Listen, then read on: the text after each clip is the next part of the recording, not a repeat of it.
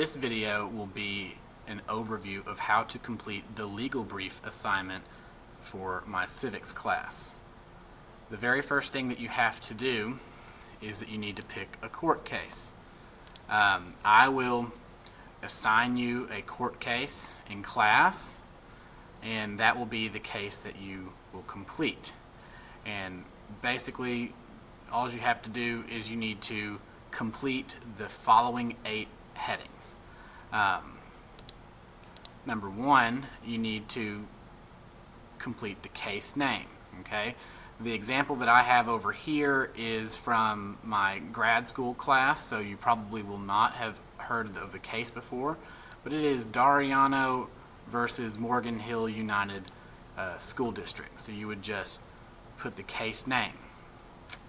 A lot of court cases have a case citation and number or reference number, so you would just simply put that right there. The first heading that's going to require a lot of writing is the facts of the case. Okay? In narrative form, simply just give the facts that led up to the case being heard in court.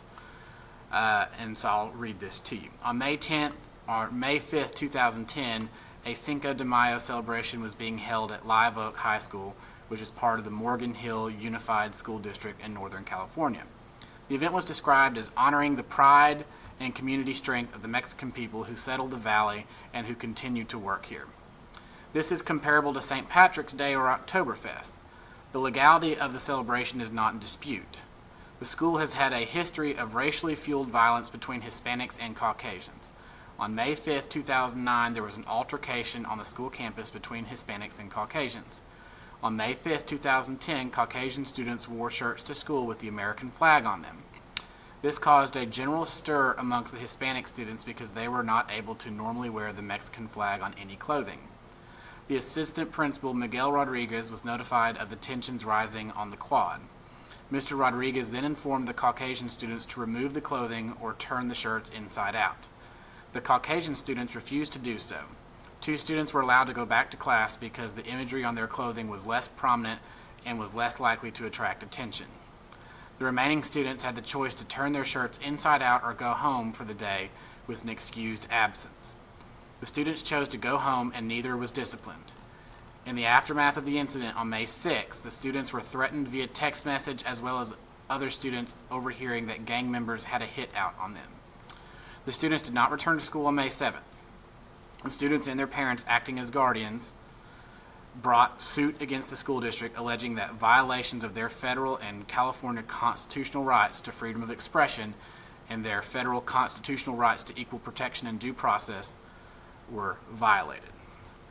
So that's all you do for facts of the case. You just put it in narrative form, what led to this case being heard in court.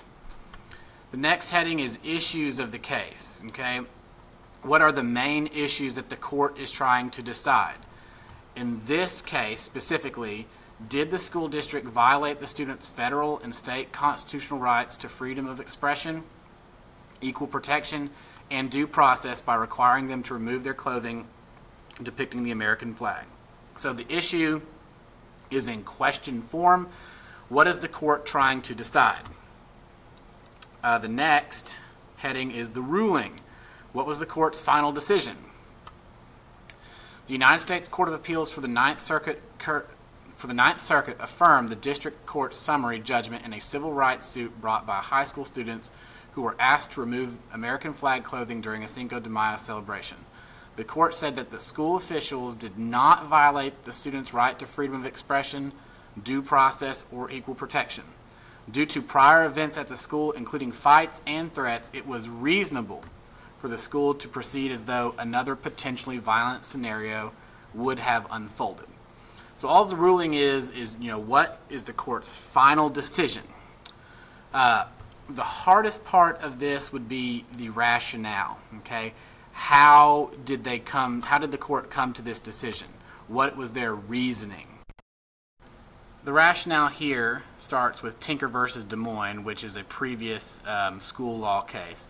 Tinker versus Des Moines suggests that in order to prohibit a particular expression of opinion, the school must show that their action was caused by something more than just a desire to avoid discomfort and unpleasantness. Previous altercations and rising tensions on campus fulfill this provision, although the First Amendment does not require school officials to wait until disruptions occur to act. Tinker versus Des Moines also shows that schools are not forced to prohibit the wearing of all symbols of political or controversial significance. This means the school could allow the Mexican flag on Cinco de Mayo and disallow the American flag.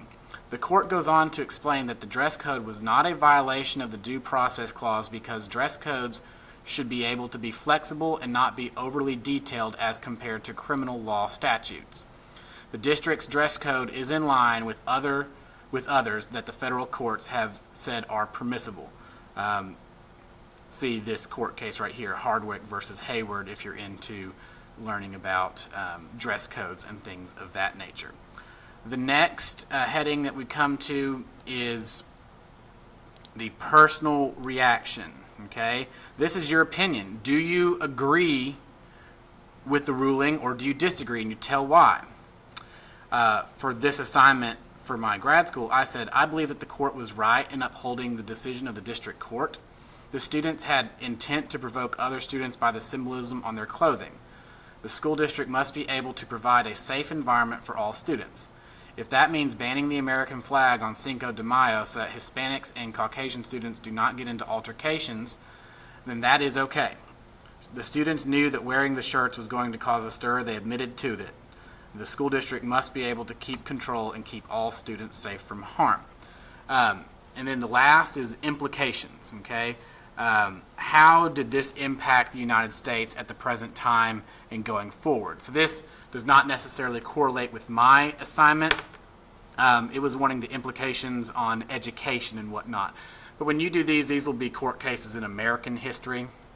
And so how did this court decision affect the U.S. at that current time and then going forward into the future?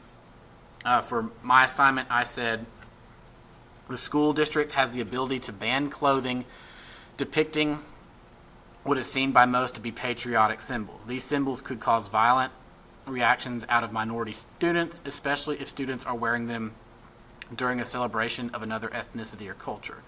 School districts have the right to ban clothing if it deems it is taking a necessary step to prevent violence from happening in the school. Make sure for your formatting that it's in Times New Roman. It's 12-point font. It's double spaced, so it's easy to read. The title at the top, it says legal brief. It's bolded and underlined. And then your headings are bolded. And then in the header, you have your name, the class, the assignment, and the date. Two final things I want to emphasize. Again, rationale. That's how the court came to their decision. What was their reasoning? How did they get to this point? So you got to tell me what their reasoning was. And then finally, the implications. I want to stress this. For my assignment, the implications was how does it implicate schools going forward? Okay.